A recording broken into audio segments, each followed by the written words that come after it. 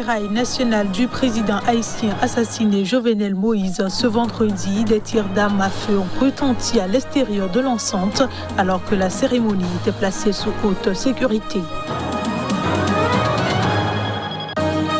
9 officiers arrêtés en République démocratique du Congo. Ils sont accusés de détournement de fonds destinés à la lutte contre les groupes armés.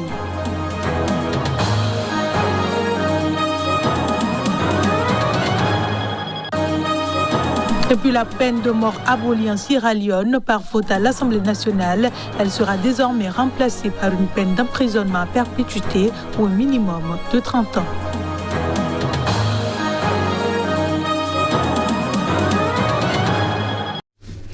Bonsoir à tous et merci de votre fidélité à ce rendez-vous d'information. L'Assemblée nationale de Sierra Leone a voté vendredi l'abolition de la peine de mort. La peine capitale sera désormais remplacée par une peine d'emprisonnement à perpétuité ou à un minimum de 30 ans de prison. Les détails.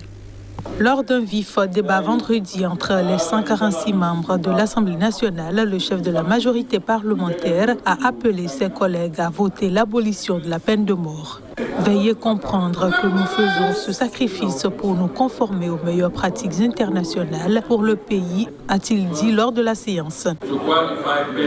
Qualifier la peine dans l'article 2 et le second pour avoir un nouveau paragraphe 2A où, au fin de cette loi, la peine de prison à vie est définie comme étant une peine de prison d'au moins 30 ans.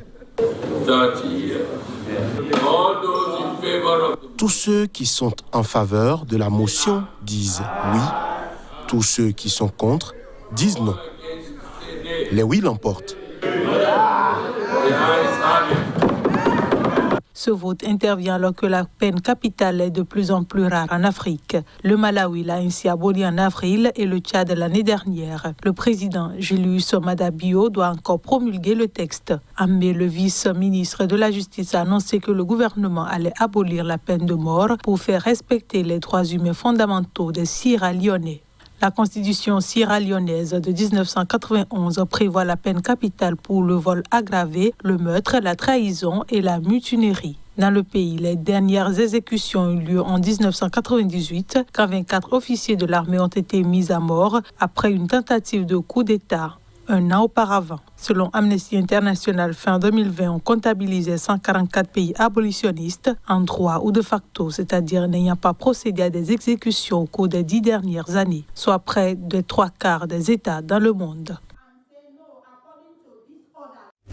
Je le disais en titre, les funérailles nationales du président haïtien assassiné Jovenel Moïse ont eu lieu vendredi dans la ville de Cap-Haïtien. Une cérémonie placée sous haute sécurité dans le pays, rongé par les violences et la pauvreté. Le cercueil de Moïse recouvert du drapeau national et de l'écharpe présidentielle était exposé sur une esplanade ornée de fleurs. La dépouille était gardée par des soldats des forces armées d'Haïti.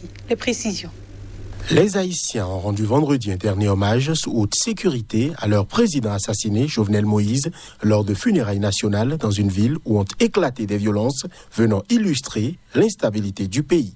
La cérémonie solennelle s'est déroulée à Cap-Haïtien, la métropole septentrionale d'Haïti. Moïse, tué par un commando armé le 7 juillet à son domicile de la capitale Port-au-Prince, était originaire du nord du pays. Des policiers avaient été déployés un peu partout dans les rues, mais ils n'ont pas empêché, comme la veille, un déchaînement d'agressivité. Des tirs d'armes à feu ont même retenti à l'extérieur de l'enceinte où se déroulaient les obsèques, forçant le départ précipité de certains participants dans des nuages de gaz lacrymogène lancés par les forces de l'ordre. Le cercueil de Jovenel Moïse, recouvert du drapeau national et de l'écharpe présidentielle, était exposé sur une esplanade ornée de fleurs. Martine Moïse, la veuve du président, gravement blessée dans l'attaque, était présente. Elle a rendu un hommage appuyé à son mari, à la fructueuse carrière d'entrepreneur avant son entrée en politique et a déploré sa fin tragique. La famille vit des jours noirs. Faire le déplacement jusqu'ici pour nous soutenir,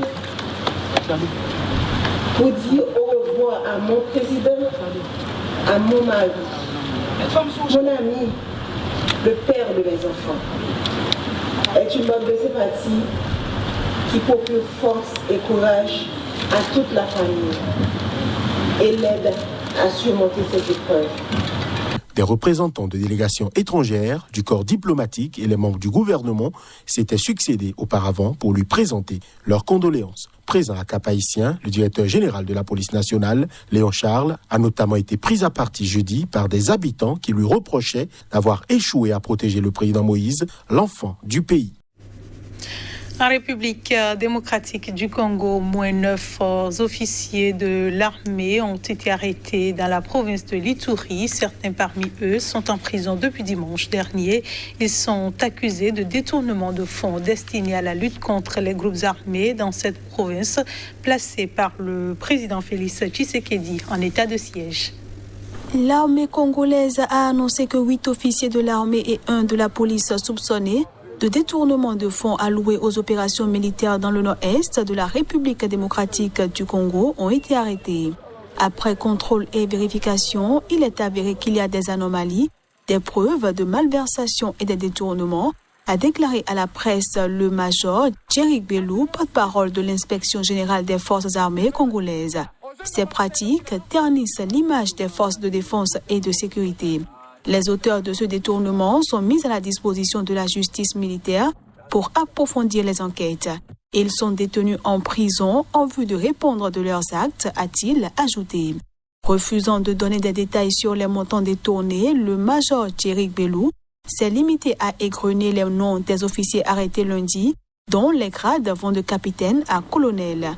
Parmi les officiers arrêtés, il y a le colonel Landou Walter, commandant adjoint chargé de l'administration et de la logistique à la 32e région militaire. Il y a aussi le directeur régional de services d'éducation civique et action sociale, le colonel Djama Josué. Les arrestations ont eu lieu à l'issue d'un audit effectué à Bunia, chef-lieu de la province de l'Ituri et siège de l'état-major de la 32e région militaire du pays. L'auteur de cet audit, le général Gabriel Amissi Kumba, a été nommé inspecteur général des forces armées congolaises en juillet 2020, malgré des sanctions américaines et européennes, le visant pour des violations des droits de l'homme commises sous le régime de l'ancien président Joseph Kabila. On reste en RDC où 8 chefs religieux chargés de désigner le président de la stratégique commission électorale en République démocratique du Congo ont donné de la voix ce vendredi. Ils ont dénoncé des menaces de tous les côtés visant à perturber ce processus laborieux entré dans sa phase finale. Relancé depuis mars, après de violentes manifestations en juillet 2020, le processus de désignation par les confessions religieuses du président de la Commission électorale nationale indépendante CENI doit se clôturer au plus tard le 28 juillet. Permettez-nous de dénoncer des pressions, des intimidations et des menaces de toutes sortes dont sont victimes certains membres de la plateforme pour nous empêcher de faire librement notre travail, a déclaré lors d'une conférence de presse l'abbé Donatien Ncholet, porte-parole des confessions religieuses. Nous mettons en garde toutes ces personnalités déjà identifiées si jamais un malheur arrivait à l'un de nous dans ce contexte, a-t-il ajouté, réaffirmant la détermination des chefs religieux à faire aboutir le présent processus électoral qui doit obligatoirement inaugurer une nouvelle ère des élections mieux organisées pour l'alternance démocratique en 2023. Le chef de l'État, Félix Tshisekedi, a déjà annoncé qu'il briguerait un second mandat lors de l'élection présidentielle censée se tenir en décembre 2023. Une proposition de loi controversée déposée récemment prévoit que seuls les Congolais nés de 2 parents congolais puissent se présenter. Si cette loi est votée, l'ex-gouverneur du Katanga, Moïse Katumbi, né d'un père italien et d'une mère congolaise, qui affiche ses ambitions pour la magistrature suprême, serait exclu de la course. En juillet 2020, des manifestations violentes avaient éclaté à Kinshasa pour dénoncer l'entérinement par l'Assemblée nationale d'un nouveau président de la CENI, Ransard Molonda, accusé d'être proche de l'ancien président Joseph Kabila. Au moins 5 manifestants et un policier avaient été tués. La CENI, dont le mandat est échu depuis juillet 2019, est accusée par l'opposition depuis 2006 d'organiser des élections truquées ou de ne jamais publier les véritables résultats issus des urnes. Et puis Pékin défend son opération Fox Hunt et accuse les États-Unis de calomnier les efforts de la Chine pour récupérer des fugitifs en réponse à l'inculpation sur le sol américain de 2 ressortissants chinois. Ces derniers soupçonnés de viser des opposants réfugiés à l'étranger. Reportage. Les autorités américaines ont annoncé avoir inculpé 2 ressortissants chinois supplémentaires pour leur rôle dans une opération baptisée Fox Hunt, qui, sous couvert de lutte contre la corruption, vise des opposants réfugiés à l'étranger.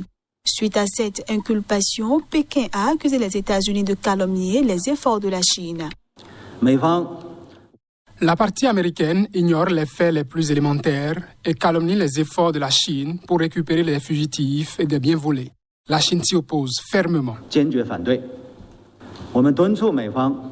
Nous demandons instamment aux États-Unis de corriger leurs erreurs, de coopérer activement avec la Chine dans la poursuite des fugitifs et des biens volés, de respecter scrupuleusement leurs obligations et engagements internationaux et de ne pas créer de refuge pour les fugitifs.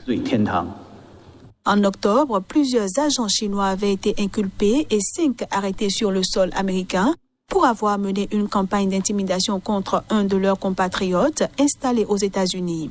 Un nouvel acte d'accusation publié jeudi vise 2 Chinois supplémentaires, dont une procureure de 50 ans, Tu Lan, soupçonnée d'être venue aux États-Unis en 2017 pour diriger cette campagne de harcèlement.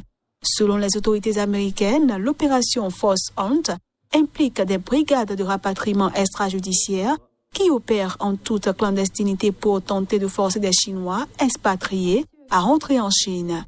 Officiellement, leurs cibles sont des personnes recherchées par la justice chinoise, souvent pour corruption. Mais pour Washington, il s'agit en fait d'opposants au dirigeant chinois Xi Jinping, de dissidents ou de critiques. Dans le cas présent, l'acte d'accusation porte sur le harcèlement pendant plusieurs années d'une victime installée aux États-Unis dont le nom n'est pas rendu public.